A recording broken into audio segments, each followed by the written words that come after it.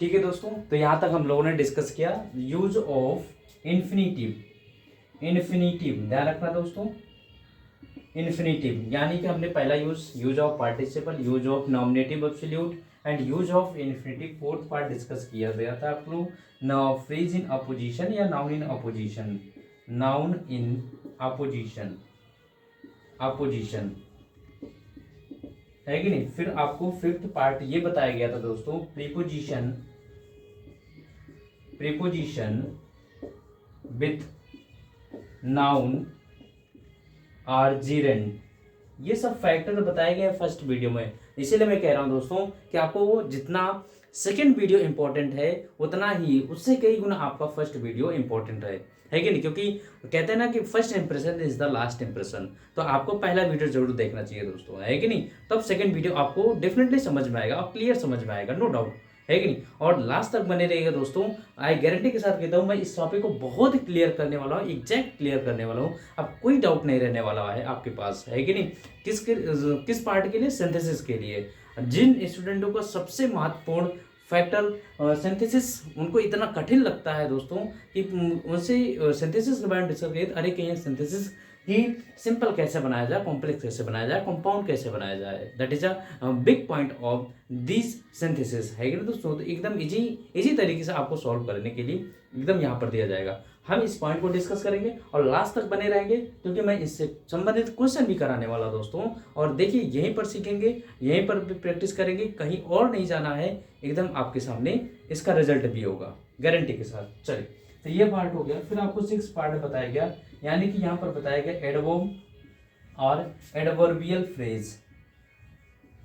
Adverbial phrase ये कुछ factor है दोस्तों, आप लोग इसी तरीके से मैंने 2-3 पॉइंट और बताए थे, तो आप लोग जा करके फर्स्ट वीडियो में जरूर देखिएगा। हम इन्हीं पॉइंट को डिस्कस करें। पहला हम लोगों ने देख लिया कि पहला पॉइंट पहले वीडियो में बताया गया है use of participle, how to use of participle in the sentences, है ना। What is the function of participle in the sentences, we are discussing all about function and about to participle.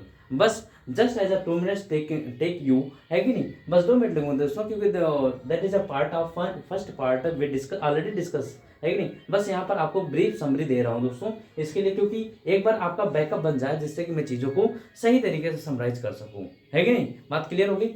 चलिए, participle को हमने discuss किया था।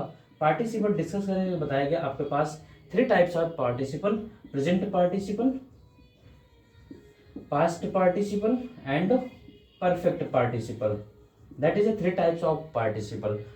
Present participle, you always make first form ing, first form of the verb, we added ing form. Past participle have a third form of the main verb. Perfect participle always taking having and third form of the main verb. That is a 3 parts of the participle, है ना। इनका uses भी बताया गया, आप लोग जरूर देखिएगा। आज हम लोग जो डिस्कस करने वाले हैं ये लिखा हुआ है दोस्तों, use of nominative absolute, second point of the synthesis, है कि नहीं। और इस पार्टिसिपल का तो मैं बात करूंगा आज पार्ट सेकंड की, इस सिंथेसिस की पार्ट सेकंड की बात करूंगा दोस्तों। तो ये आप लोग जरूर हेडिंग बनाइए।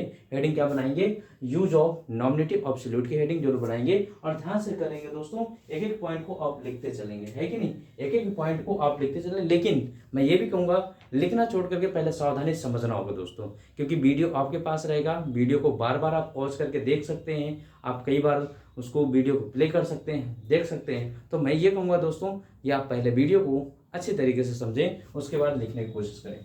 मैं यहाँ पर डिस्कस करने वाला हूँ एक एक बात को क्लियर तरीके से, ठीक है ना। इतनी बात आप लोगों को समझ में आ गई होगी। अब हम लोग आगे डिस्कस करते हैं क्या होता है, what is nominative absolute. Nominative absolute क्या है कि नहीं, इसके बारे में जानना जरूरी है। देखिए, अब यहाँ सिंपल तरीके से बात मैं कहूँगा, सिंपल तरीका। अच्छा, पहली बात, बिल्कुल मैं जो कहने वाला दोस्तों आप लोग समझ गए हैं। बहुत अच्छे सारे स्टूडेंट बहुत अच्छे हैं भाई।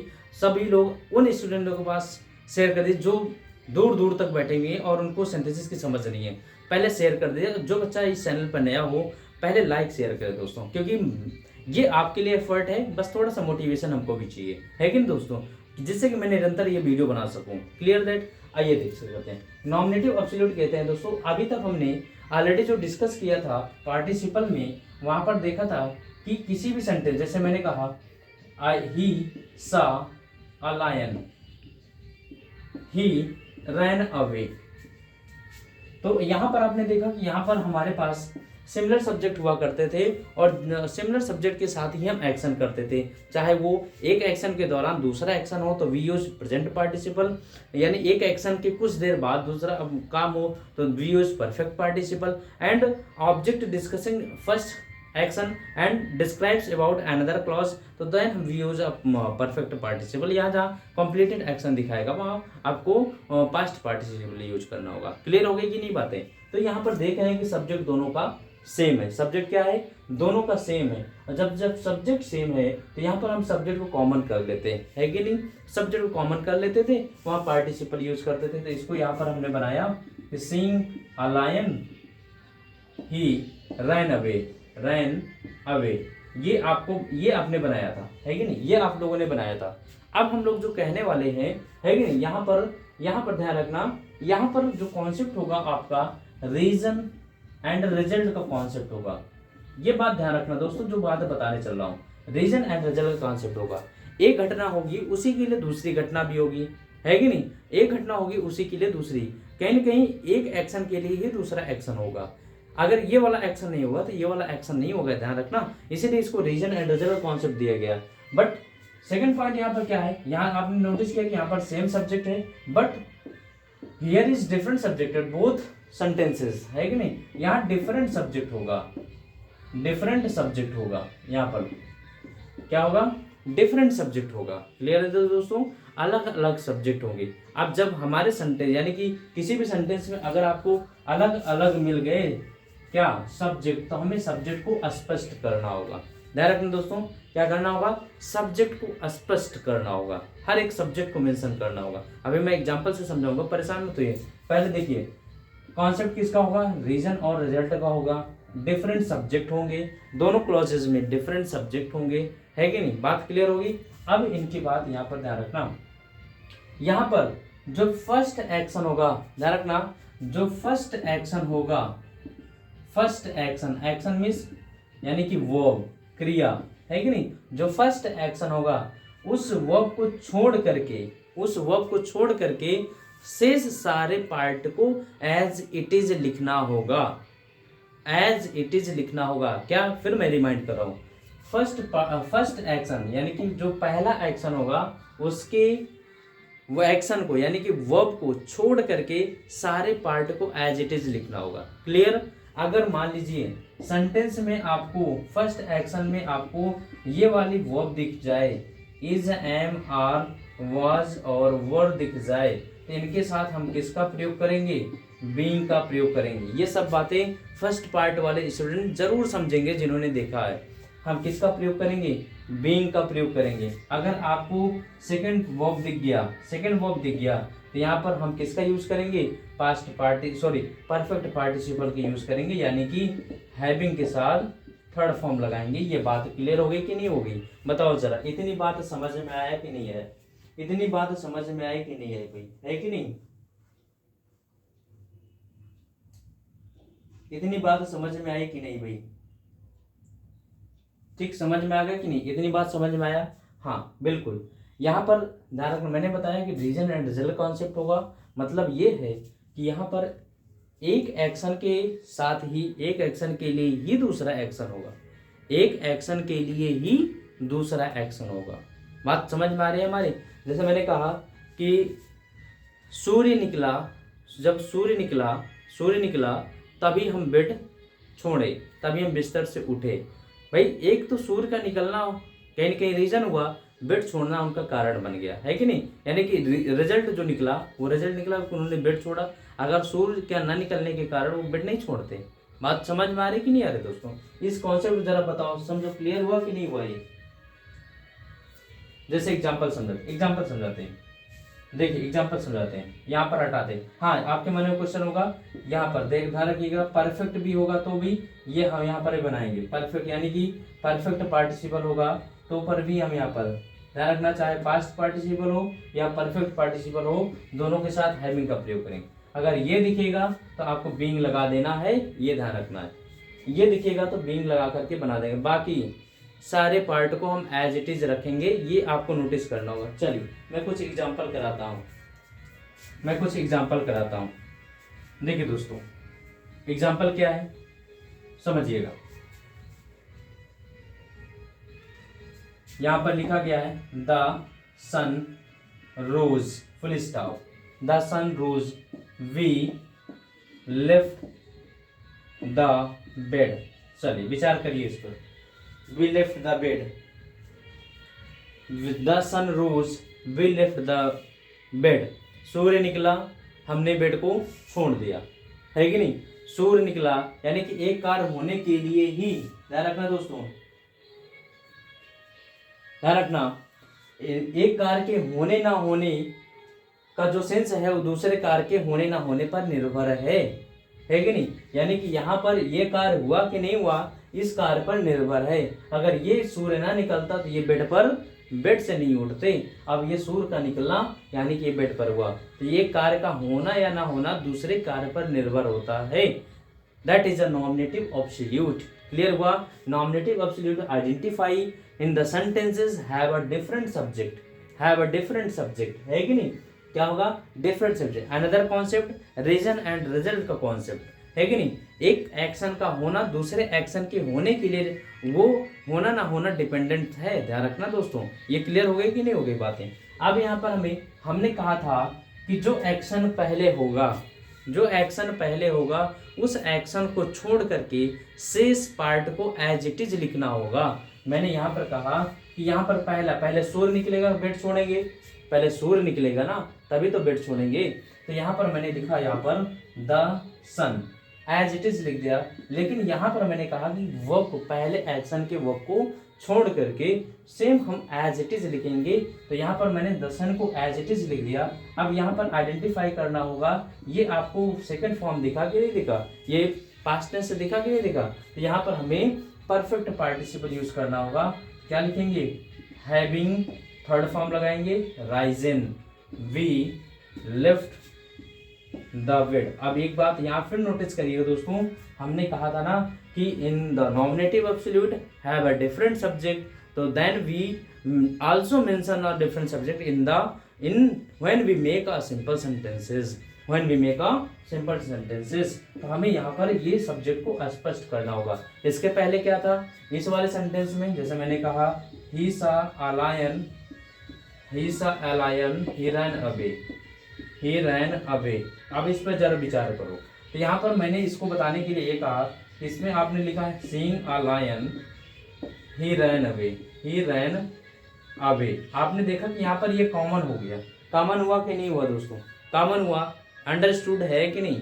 जब ये कॉमन हुआ तो यही तो यहाँ पर है कि यही तो देखने का काम किया, यही भागने का काम किया, इसलिए कॉमन हुआ। लेकिन यहाँ पर क्या है, सूर्य निकलने का काम कोई और कर रहा है, बेड से उठने का काम कोई और कर रहा है। तो हमें दोनों सब्जेक्ट को क्या करना होगा, मेंशन करना होगा। इज दैट क्लियर, या समझ में आई बात। अरे दोस्तों अभी तक आप लोग शेयर नहीं किए भाई, बिल्कुल शेयर कर दीजिए पहली बात तो। और उसके बाद अभी तक जो बच्चे इस चैनल पर नए हों प्लीज़ सब्सक्राइब करें, क्योंकि इस तरीके की वीडियो हमारे ही चैनल मिलेंगे। और आज इस टॉपिक की धज्जियां उड़ने वाली है, लास्ट तक जरूर बने रहिएगा। हम इस टॉपिक को बहुत अच्छे से कवर करने वाले और कई सारे इस पर प्रैक्टिस करने वाले, वर्क करने वाले हैं। क्लियर हो गई ना दोस्तों।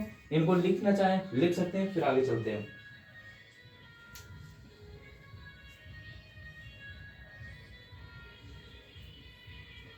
ठीक है दोस्तों, चलिए हम कुछ नेक्स्ट क्वेश्चन करते हैं। अब आप लोगों को धीरे धीरे बनाते चलिएगा। अब इनको आप समझ गए होंगे तो आप धीरे धीरे बनाते चलिएगा।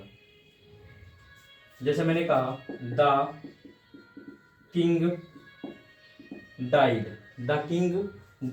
है कि नहीं। The king died, his eldest sun came to the throne। ध्यान रखना दोस्तों, बनाइए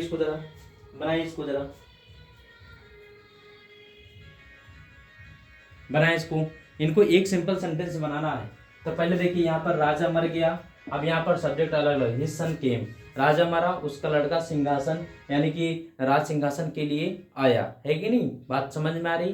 तो यहाँ पर देखो इसको क्या लिखना होगा, सेंटेंस का सब्जेक्ट एज इट इज, यानी हमें सेंटेंस का सब्जेक्ट रखना ही होगा। लेकिन यहाँ पर देख रहे हैं आपको, यहाँ पर देख रहे हैं सेकंड फॉर्म दिख गया है कि नहीं, is am are was were नहीं दिखा। हमें बाकी शेष पार्ट को ऐसे रखना है, पहले एक्शन को ही क्या करना होगा, पहले एक्शन को ही, पहले वर्ब को ही हमें चेंज करना होगा। तो यहाँ पर हमने क्या लिखा, the king having died his eldest son came to the throne. Throne में होता है सिंहासन, है कि नहीं। बात क्लियर होगी। चलिए यहाँ तक समझ में आया कि नहीं समझ में आया, बताओ जी, यहाँ तक समझ में आया कि नहीं समझ में आया। ठीक, एक और बनाइए दूसरा। अब ये आप लोग बनाना है, कमेंट बॉक्स में करते जाइए। The weather was pleasant, the weather was pleasant, ध्यान रखना। We went to the picnic. चलिए बनाइए इसको भी बनाइए, इसको भी बनाए, बनाते चलिएगा। कमेंट बॉक्स में आप लोग बनाएं इसको, क्योंकि बहुत अच्छे अच्छे प्रश्न बनने वाले हैं, बनाएं इसको। तो यहाँ पर देखिए, अब यहाँ पर नोटिस करिएगा, यहाँ पर वॉज वर आया कि नहीं आया, is am are was were बताया था मैंने।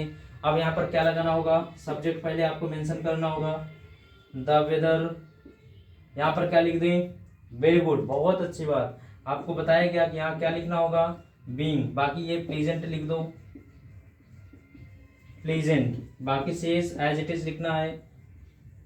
वेंट टू द पिकनिक, ध्यान रखना, मैंने कई बार कहा है ना दोस्तों कि हमें नॉमिनेटिव एब्सोल्यूट में डिफरेंट सब्जेक्ट मिलेगा एंड डिफरेंट एक्शन मिलेंगे।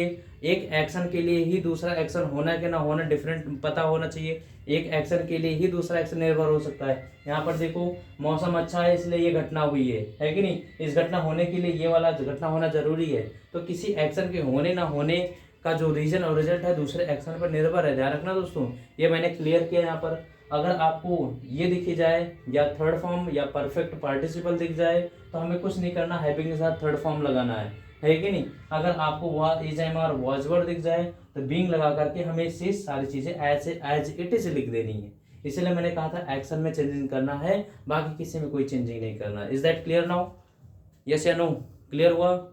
लिखना बंद करो, मैं देख रहा हूँ, लिखना बंद करो, लिखना जरूर बंद करिए, पहले सेशन को समझिए, 2 से 3 बार वीडियो जरूर रिप्लेस करके देखिएगा। आई होप आप यू अंडरस्टूड वेरी वेल, है कि नहीं। चलो भाई, बातें क्लियर हो गई। मैं नेक्स्ट सेंटेंस देता हूं, समझ में आएगी इतनी बातें। चल देख भाई, मैं नेक्स्ट सेंटेंस देता हूं, अब आप लोग बनाएंगे। The work was finished, the meeting was dispersed. बताइए, चलिए इसको बनाइए, तुरंत बनाइए, तुरंत बनाइए, तुरंत तुरंत तुरंत। डिस्पर्स्ड है भाई, DISPER, यस डी, बिखर जाना यानी कि अलग अलग हो जाना, डिस्पर्स हो गया। The work was finished, the meeting dispersed. Clear करें इसको, बनाएं बनाएं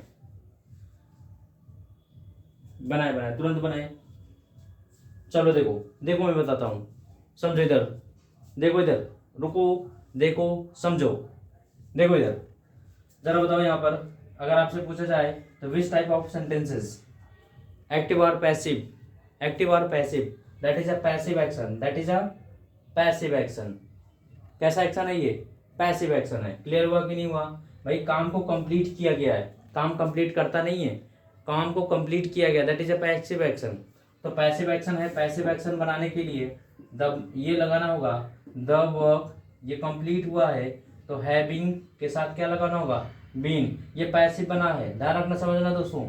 अब बिल्कुल कह देना सर यहाँ वाज वर लगा इसलिए बीन नहीं लगाया, फिर बेवकूफ़ी वाली बात मत करना दोस्तों, जरा बात को समझो। यहाँ पर बात क्यों समझना है, मैंने कहा ना ये पैसिव है, क्या है, पैसिव है, इसलिए वॉज वर्ब लगा। अगर ये एक्टिव होता तो ये होता the someone finish the work, someone finish the work. जरा इसको देखो, समवन या somebody finished द वर्क। चलो इसको जरा बनाओ, इसको बनाओ जरा पैसिव, तो क्या बनाओगे, द वर्क वाज फिनिश्ड, यही तो बनाओगे ना, समवन लिखो चाहे छोड़ दो, यही तो बना है, ये पैसिव है, तो ये मान के चलना है आपको, तो इसीलिए क्या लगाया, हैविंग बीन फिनिश्ड। उसके बाद शेष आप लिख दोगे, शेष आप लिख दोगे। क्या ये बात समझ पा रहे हो आप लोग कि नहीं, क्लियर हुआ कि नहीं हुआ दोस्तों, क्लियर हुआ ना, बताओ समझ में आ गया ना, बिल्कुल समझ में आएगा, इस पर आप प्रैक्टिस करिएगा, है कि नहीं। कल की क्लास में हम लोग डिस्कस करेंगे, हेडिंग मेंशन कर दीजिएगा, use of infinitive, use of infinitive, इसके बारे में डिस्कस करेंगे, समझ में आ रही ना बातें, इनके बारे में डिस्कस करेंगे, यूज ऑफ इन्फिनेटिव के बारे में, क्लियर ना, है ना। तो आज की क्लास बस यहाँ तक, जो भी प्रॉब्लम होगी कमेंट बॉक्स में करिएगा, बाकी मिलते हैं नेक्स्ट वीडियो में, तब तक के लिए thanks for watching, thank you.